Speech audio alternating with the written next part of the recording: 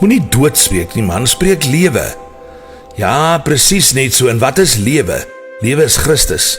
Vir my is die lewe Christus en die sterwe wins, sê Paulus. Jesus sê, julle hou oë moet gerig wees op die koninkryk van God en nie op hierdie verbygaande aarde nie. As 'n mens iemand waarsku oor dinge waaroor die Bybel ons in Openbaring waarsku, en dit juis sodat ons nie hel toe hoef te gaan nie, dan sê mense, nee man, wees positief, spreek lewe. Dis 'n verkeerde tipe lewe as jy iemand jollification preek, dat hulle lekker lewe op aarde en hulle gaan hel toe. Jy spreek die verkeerde tipe lewe, ou. As jy wil lewe spreek, teen sondaarsval, dan moet jy Jesus se liefde, hulle belydenis van sonde en wedergeboorte spreek, juis sodat hulle sal sterwe aan die vlees, want die vlees moet dood, maar hulle sal lewe vir Jesus. Dis lewe spreek. Alles wat ek nou sê is tekste in die woord van God. Ek haal nie teksies aan nie, want ek spreek God se woord alleen. Teksies aanhaal neem baie nodig tyd, en boonop, as jy dit self gaan soek, dan vind jy baie ander golden nuggets op die pad. Moenie te Jesus wees nie.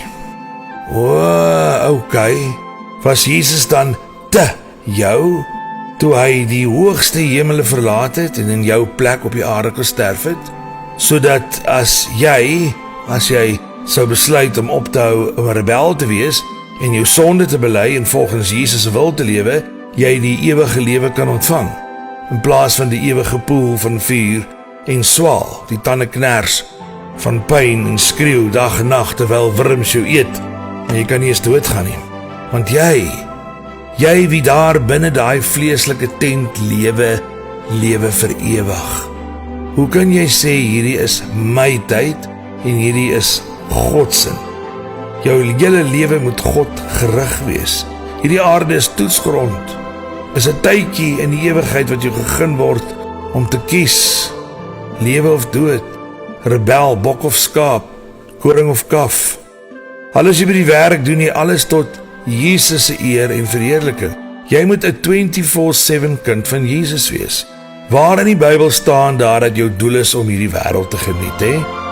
Daar staan julle sal probleme hê omdat julle Jesus liefhet, want al die rebelle sal julle dan haat, want hulle geniet hierdie wêreld van Satan, hierdie wêreld waarvan hy die God is, al sy aktiwiteite hier.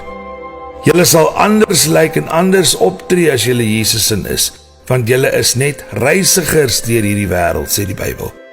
Na wedergeboorte is jy van 'n ander koninkryk, God se, nie meer van hier nie.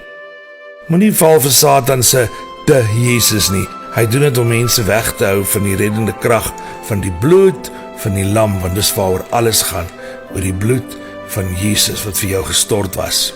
Jy mag nie oordeel nie. Ja, jy mag. Nou moet ek teks gee. Openbaring 2:2 sê, ons moet mekaar in regverdigheid oordeel.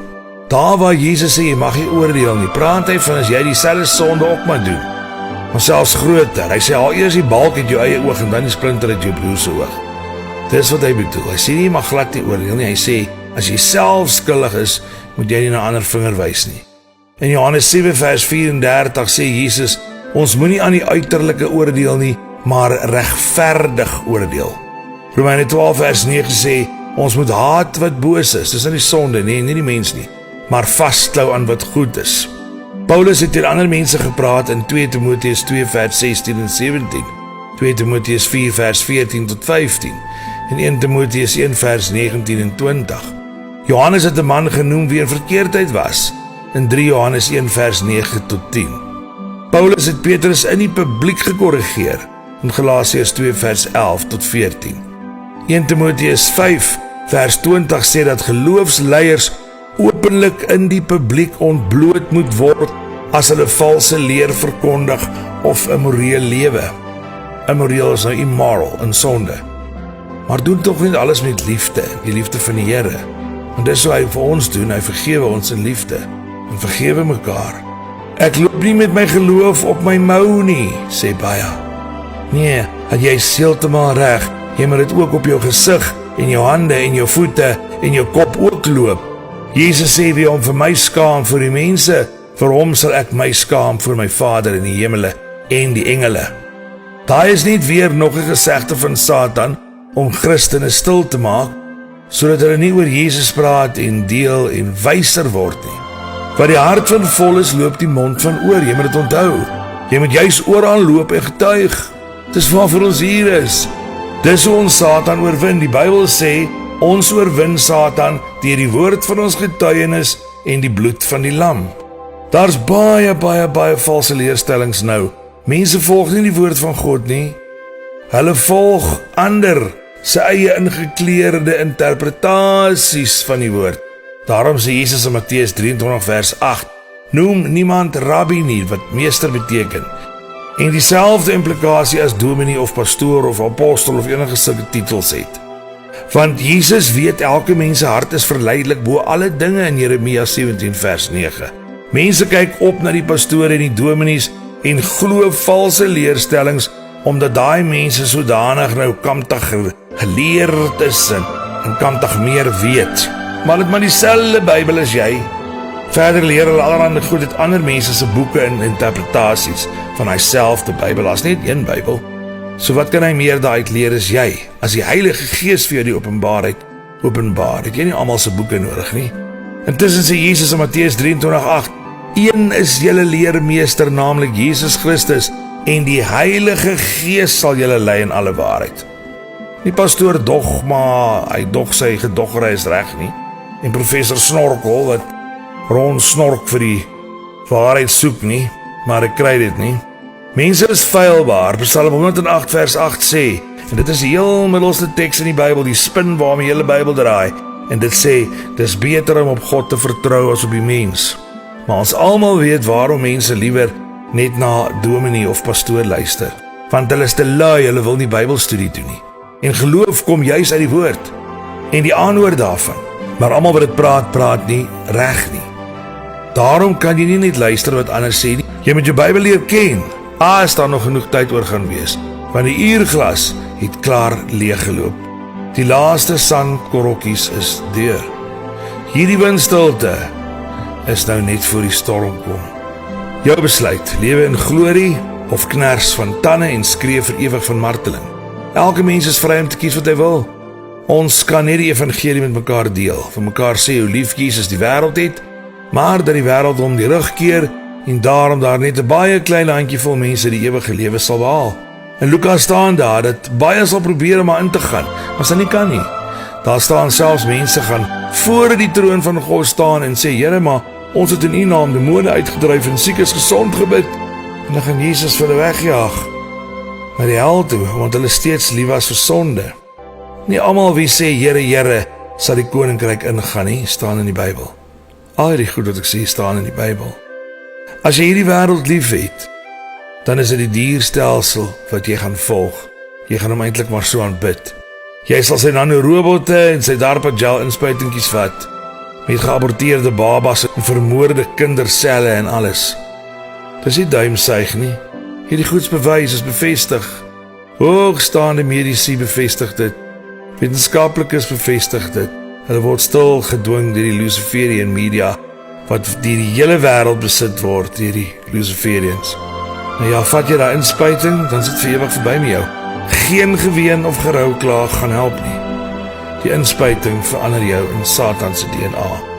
Die wie Jesus volg sal vaskop ten alle koste en liewer hierdie tydelike aardse tente aflê en dit maar verwissel vir die nuwe, verheerlikte liggame om in die hemelse paradys in ewige glorie saam met Jesus te lewe.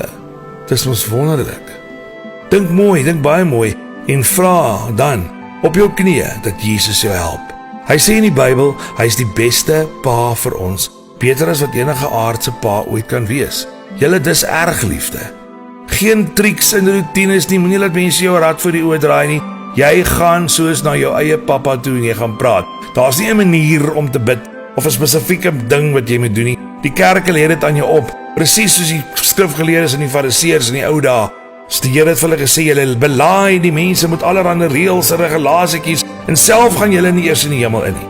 Stop dit, moenie na hulle luister nie. Jy kan laat enige gelowige persoon jou doop. Jy kan nagmaal enige tyd hou saam met ander of op jou eie. Moenie laat dominees en pastore geld uit jou maak sodat jy in sy kerkgebou alleenlik kan nagmaal gaan hou nie. Dis een keer in skrif al jare hou dit nie eens gereeld nie. Jou liggaam is God se tempel. Hy sê hy woon nie in tempels wat met mense hande gebou is nie. Jy is die tempel. Dit staan in die woord. Jy is die tempel. En al die mense wat saamkom, vorm die kerk, die hele liggaam van God. Aanbid God daar binne in jou eie tempel en kom in groepies saam met ander gelowiges by mekaar, sodat julle bande met mekaar kan bou. Nie net kerkbankies warm sit en uitstap nie. Liefde bou deur die mense te leer ken en lief te kry. Kry 'n opregte groep. Jy kan selfs deesdae op Zoom gebedsgroepe hou. Ons is 'n groep van 21 mense wie maandag, woensdag en vrydag 7:30 in die aande op Zoom ontmoet vir bid hier. En sondagoggende om 9:00. Woensdag en Sondag hou ons ook nagmaal. Jy kan aansluit by ons. Die Zoom meeting se kode is 718-622-3199. Jy tik dit net in, maar jy moet aancap data hê, want dit vat omtrent 1 gigabyte per bid hier. Die kode bly altyd dieselfde, maar ek pos dit op al die groepe, net voor elke gebedsgroep hier by mekaar kom.